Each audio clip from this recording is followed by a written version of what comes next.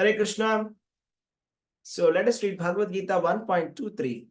Yotyamanan aveksheham yaye tatra samagataha dhatarashtrasya durbuddher yuddhe priyachikirshavaha Yotyamanan aveksheham yaye tatra samagataha Dhartarashtrasya durbuddher yuddhe priyachikirshavaha. Let me see those who have come here to fight, wishing to please the evil-minded son of Dhritarashtra. So in this verse, this is Arjuna speaking to Lord Sri Krishna, and Arjuna was like curious to find out who has come to fight against the Pandavas. So it is natural that the birds of the same feather flock together. And it was an open secret that the Kauravas, they wanted to usurp the kingdom of Pandavas. There is a verse in the Ishopanishad which says, Ishavasyam idam sarvam yatkincha jagatyam jagat. Tena tyatvena bhunjita. That means tena tyatvena bhunjita. What it basically means, magrudha kaschit svidhana. That is the full verse. Ishavasyamidam sarvam yatkincha jagatyam jagat tena tyatvena bhunjita magrudha kasya svidhanam. That means everything belongs to the Supreme Personality of Godhead. And whatever is necessary for us has been allocated by the Supreme Personality of Godhead. We must not desire for that which does not belong to us. Okay? So for example, for the food that we are supposed to eat, human beings, so God has created food for all living entities. So for us, we have sufficient grains, right? And we can take the milk and we can sustain. For the animals, they sustain on the animals. They kill the other animal and then they eat. Jivo jivasya jivanam. But we should be satisfied with what has been allocated for us. We should be satisfied with what has been given to us, grains and milk and vegetables, and we should be happy with that. And with respect to the property, right here, it's a property fight between the Pandavas and the Kauravas. The kingdom belonged to Pandu Maharaj. So the reason why is Dhritarashtra was born blind. Because he was born blind, he was not qualified to become the king as per the scriptures. So we see everything from the vision of the scriptures. As per the vision of the scriptures and the elders, they had decided that the kingdom should go to Pandu Maharaj. And unfortunately, due to some circumstances, Pandu Maharaj was cursed and Pandu Maharaj left his body early. So now the rule is that this kingdom must be given to the children of Pandu Maharaj, because Pandu Maharaj had got children with Kunti Devi. So Kunti Devi invoked the 5 demigods and got the Pancha Pandavas, the 5 Pandavas. So as per the rule, as per justice, as per dharma, this kingdom is supposed to go to the Pandavas. So because Pandu Maharaj had left early and the Pandavas were very young, Dhritarashtra has been appointed as a acting king. He was not supposed to be the king in the first place. He was only supposed to be a kind of a caretaker for the throne. And his children had absolutely no claim for the kingdom. Absolutely no. So if we connect this with the verse which I was saying, Ishavasyam idam sarvam yatkincha jagatyam jagat tera tyatvena bhunjita ma kaschit svidhanam. That means that whatever has been allocated to you, you must be happy. That is a basic principle. But then, since it is the beginning of Kali Yuga, so the beginning of Kali Yuga,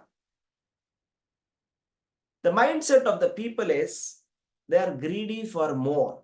They want to claim that which does not belong to them. If somebody is giving them, they will take it. Somebody gives it, by mistake also they will take it. They don't return it. They don't think that this is not my mobile phone. This is not my wallet. This does not belong to me. This belongs to somebody else. I'm supposed to be returning. This common sense is missing in Kali Yuga. So Dhritarashtra is representing that mindset of Kali Yuga. So the thing is, he knows very well that the kingdom belongs to Pandu Maharaj and it must be taken over by the Pandavas. And the Pandavas are very much competent. In every way they are competent. Despite of knowing all this, Dhritarashtra has been hatching different plans indirectly and supporting his son Duryodhana, and they were trying to kill Pandavas in multiple occasions.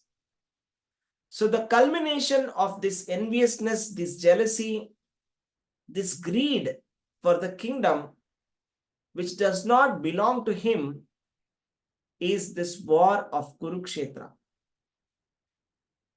So when the war was announced, everybody knew that this kingdom actually belonged to the Pandavas. Because even after the kingdom had been divided to half and given to the Pandavas, they grew that kingdom very nicely. And then Yudhishthir Maharaj had performed Rajasuya Yajna. That means he is now the emperor of the world. And they rigged a gambling match. And as a result of the gambling match, the property of the Pandavas has been usurped by the Kauravas. This need not be taken very seriously because, see, there are 4 vices for a king. These vices are hunting, gambling, intoxication, and womanizing. So these are not positive characters. They are vices. So a result of that kind of a vice, gambling, need not be taken very seriously, in fact. And it was very clearly a rigged match where Yudhishthir Maharaj's weakness was being used. Yudhishthir Maharaj could not say no because it was as per the religious principles.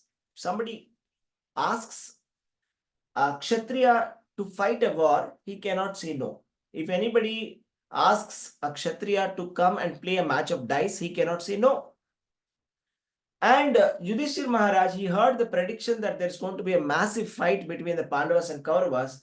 So he wanted to play safe. He just wanted to pacify them. So whatever they said, he was right to do. So, but then the destiny has its own course. Now you can't change the destiny with your actions. So destiny had to happen. And right now, it's the day 1 of the Kuruksetra war. So this Kuruksetra war lasted for 18 full days. And millions of people have died in this. Of course, this is a war field, so there is no question of lamentation of people who have died here. The reason is because anybody who dies in the war field, it is said as per the Vedic scriptures that they will be going to the higher planetary systems. Especially those people who fight very bravely. So as far as the Kshatriyas are concerned, they do not feel bad about it or sad about it that they are about to die or they are about to kill somebody on the war field because it's a war field. It's not a normal, regular society or a park, okay? It's a war field. It's an army. It's a fight. So they actually look for such opportunities. So the Kshatriyas, they look for the opportunities of war so that they can fight. So Arjuna is here. Now he wants to see on the battlefield who was on the side of the Kauravas. Because the Pandavas and Kauravas, they are now like two different groups. And each of them have their own supporters. There were some people who were supporting the Kauravas, some people who were supporting the Pandavas. Those people who were supporting the Pandavas, they were supporting because they thought that it was moral, it was as per the religious principles to support the Pandavas. And the Kauravas, they wanted to support because like they were already in the de facto power. Because they were in the power right now, it makes sense to support them. They're already having the entire kingdom. Here, Pandavas have nothing except some friends. So this was what was happening there. And Arjuna actually wanted to see and who was there. And he had no intentions for proposing peace negotiation with them. He just wanted to see, make an estimate of the strength of the Kauravas. And he was quite confident also that he will win. Because he is inherently very powerful, very talented, very skillful. At the same time, he has got Lord Krishna along his side. So there is no question of his not losing the war. That was not his concern. So then what was his concern? Okay, let's see that.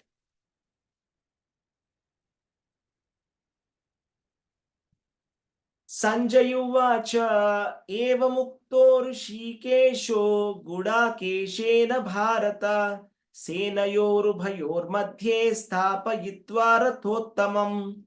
Sanjaya said, O descendant of Bharata, having thus been addressed by Arjuna, Lord Krishna drew up the fine chariot in the midst of the armies of both parties.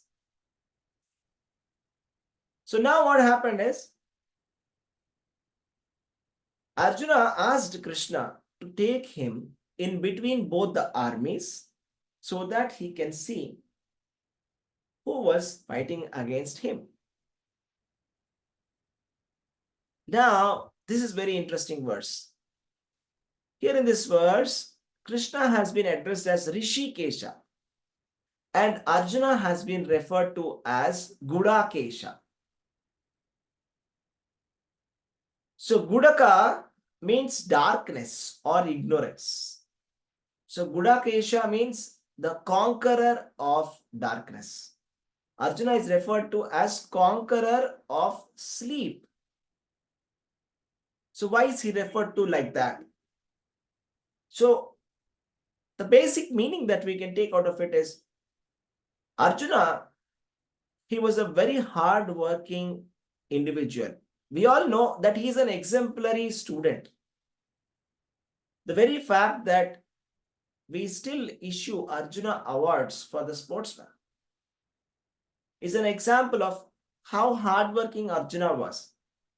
Arjuna was an exemplary student of Dronacharya, and he was always enthusiastic to learn new skill with respect to the warfare.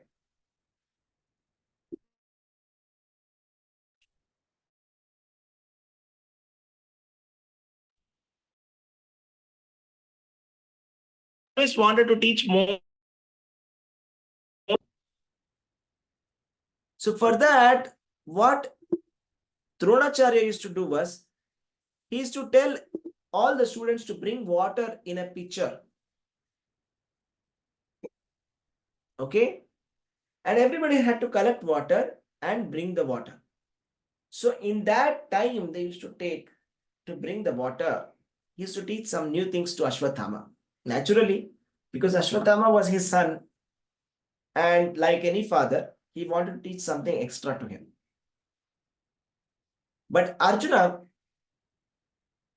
he wanted to learn that as well. So with the help of some celestial weapons, he was able to collect the water. And he was using that time also to gather more knowledge from Dronacharya. And also in the night one day, Arjuna was eating his meal. When he was eating his meal, so this back then, no electricity, right? So they'll have the lamps. So the lamp was extinguished due to some wind. But Arjuna continued to have his meal. He completed his meal. Then he contemplated on it and then thought about it, and he said, if I can have my food without the light, I can even practice. So that's when he started to practice, the bow and arrow. So even in the night, he started to practice bow and arrow. So he used to be awake all the night, and he used to be practicing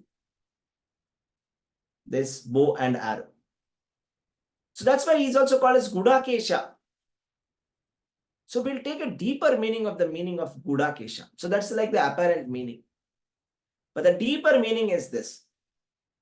Sleep means ignorance. Arjuna was a friend of Krishna, and he was a great devotee of Krishna. And being a devotee, he could not forget Krishna even for a moment. You see, that's the nature of the devotees of Krishna. They always remember Krishna. So either in waking or in sleep, a devotee can never be free from thinking of Krishna's names or form or activities. So it is said that one day when Arjuna was sleeping, when they tried to observe him, he was chanting the names of Krishna. Even like every hair on his skin was chanting the names of Krishna. So he was so much in Krishna consciousness. So being a devotee of Krishna, he could conquer the sleep and ignorance as well. So a devotee of Krishna can conquer sleep and ignorance simply by thinking about Krishna constantly. This is technically called as Samadhi. In the Ashtanga Yoga, it's called Samadhi, or the state of trance. This is possible by 24 hours thinking about Krishna, listening about Krishna, glorifying Krishna, hearing the message of Krishna. This is the secret of Krishna consciousness. And Krishna is referred as Rishikesha here. Rishikesha has got a particular meaning. Rishika means senses and Isha means controller. So the controller of all the senses. And being the controller of all the senses, being the controller of even the senses of Arjuna, being the controller of senses of every living entity, he could understand Arjuna's mind. He knew what exactly was going on in the mind of Arjuna. So Krishna, being the super soul, the supreme personality of Godhead, he exactly knows what is going on in the hearts of every living entity. He knows what's going on in our heart, in my heart, in your heart, everybody's heart. So he clearly knew that Arjuna is worried about the outcome of the war, not because he is going to lose, not out of the fear of losing, but out of the fear of winning, that if he is going to emerge victorious, what does that mean? Victory of the Pandavas means the death of Bhishma Acharya, Bhishma Deva, Dronacharya, and various other people like Kripacharya and many other relatives who are assembled there. So that was the concern of Arjuna. Let's see the next verse. Bhishma Drona Pramukhatah Sarvesham cha Mahikshitam Uvacha Partha Pashyaitan Samavetan Kuruniti. In the presence of Bhishma, Drona, and all other chieftains of the world, the Lord said, just behold, Partha, all the Kurus assembled here. So there's an interesting thing to note here, the words Bhishma, Drona, Pramukataha. So in the presence of Bhishma and Drona and other chieftains of the world, Krishna brought the chariot and placed exactly in front of them. So Krishna knew exactly where that chariot must be put so that Arjuna will break down. So he knew exactly what was going on, okay? So being an expert himself, he brought it exactly in front of Bhishma and Drona. So that was his exact problem, okay? That he's thinking about them, that, okay, should I kill Bhishma? Should I kill Dronacharya? Like that he was thinking. So right after coming there, there's another word that has been used here. He says, Uvacha Partha Pashyaitan. Krishna said, behold, see them now. Now, why is Krishna saying Pashyaitan? See them. So, did Arjuna come there to see the war? Was he coming as an audience? Is it some kind of a cricket match that's going on that Arjuna will come and just watch the match? If something is going on, I'll just see what's going on. Definitely not. He's supposed to be an active part of it, isn't it? But then Krishna is saying, just see. Because Krishna never expected that Arjuna will say that I will not fight the war. And Arjuna has not said that yet. But Krishna has read his mind already. And he knew that Arjuna is about to say that I shall not fight the war. So Krishna has predicted the mind of Arjuna and he is joking with him right now. And he's saying, okay, just see. Okay, just see everybody now. He's not come here to see, all right? He has come here to fight. It is not at all expected from a person like Arjuna to be sitting there and watching there. And the word that has been used for Arjuna is Partha. Partha means son of Pritha. You see, Pritha is the name of Kunti Maharani. So Krishna and Arjuna, they are relatives, okay? How they are related, do you know? Maternal aunt's son. So Krishna's maternal aunt, Krishna's father Vasudeva, Vasudeva's sister Pritha, Kunti Devi, Kunti Devi's son. So we all know maternal aunt relation is very close. Maternal aunt children are very close, isn't it? So that was the relationship between Krishna and Arjuna. So Arjuna has been addressed in relation with Pritha, with Kunti Devi. So Krishna is reminding him that he is the sister, he's the son of the sister of his own father Vasudeva. And Vasudeva, Pritha, Kunti Devi, they are all Kshatriyas. They are like, in their families, they wait for the opportunities, for this kind of opportunities to fight a war, to either emerge victorious or to give up their life. So that's the dharma of the Kshatriyas. It is definitely not expected, coming in that lineage, that Arjuna will say this, that I shall not fight this war. So Krishna is like predicting his mind. You see, so what is it that we learn from today's verses? So the first thing is, we have to learn that we must be satisfied with what is given to us. We should not become greedy of what does not belong to us.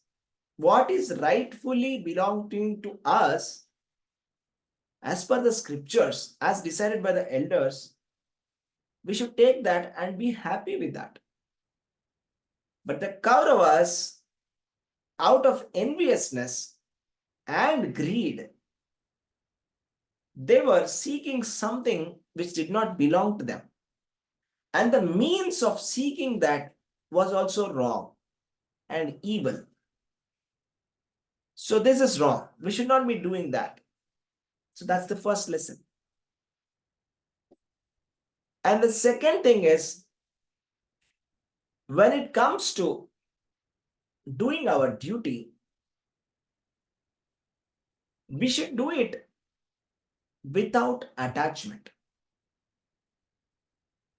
And we should always not be bothered about the result of the actions. Because we have right to perform the actions, but the result of the action is dependent upon 5 factors. It's not just 1 or 2, but 5 factors are dependent for the action. What are the 5 factors? The first factor is action, second factor is performer, third factor is senses, fourth factor is endeavor, fifth factor is super soul, Daivam.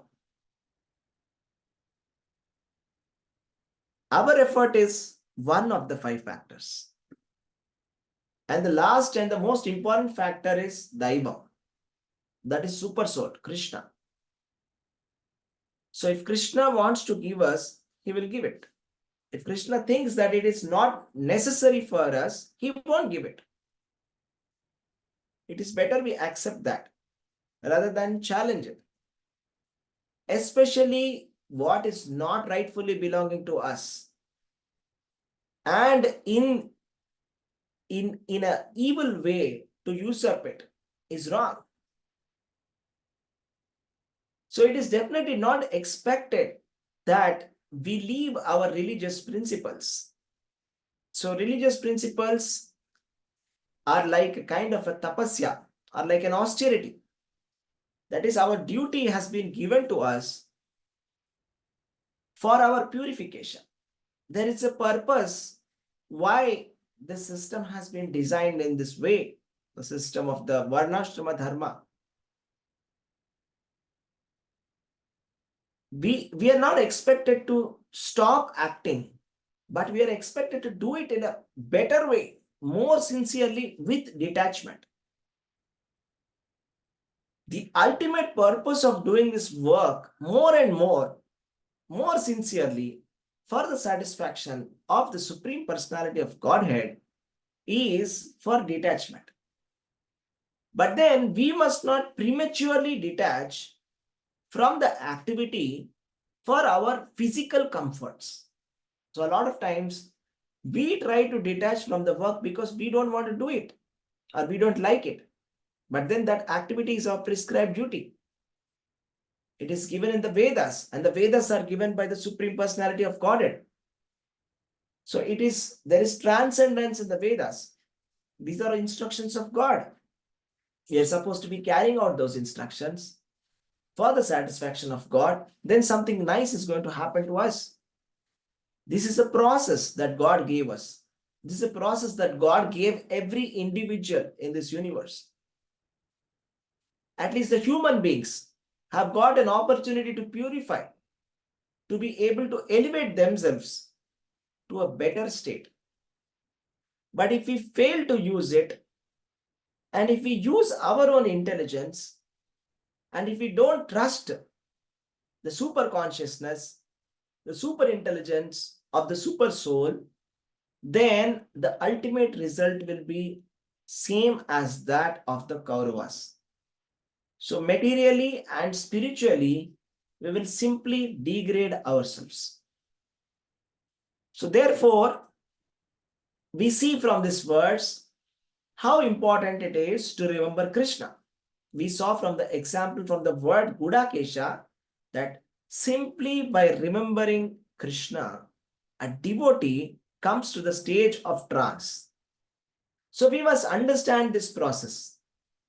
The first one is to act your prescribed duties for the satisfaction of Krishna. The second thing is to always remember God, to never forget Krishna, even for a moment, even when you're asleep, even in your dreams, we must think whether I remembered Krishna in my dream or not, whether I dreamt of Krishna or not.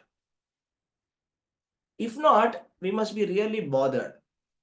If we have forgotten Krishna even for one moment, we should think that a great loss happened to us.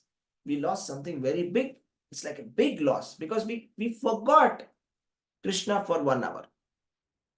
That should be our mind. So this is the lesson. If we are able to do that, then we will be able to conquer sleep, conquer ignorance. So more or less, every living entity is in ignorance by design, by the design of the creator, Lord Brahma, as per the instructions of Lord Krishna. This material world is filled with darkness. And if we fail to use our intelligence, if we fail to open our eyes, then nobody can help us. You see, there's a saying that says, you can wake somebody who is asleep. But a person who is acting as if he is asleep, we cannot wake him up. So we must not be a person who is acting as if he is asleep.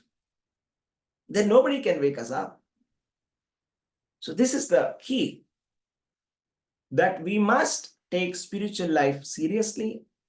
We must remember Krishna every moment in our lives. And the practical way for remembering Krishna is by chanting the names of Krishna.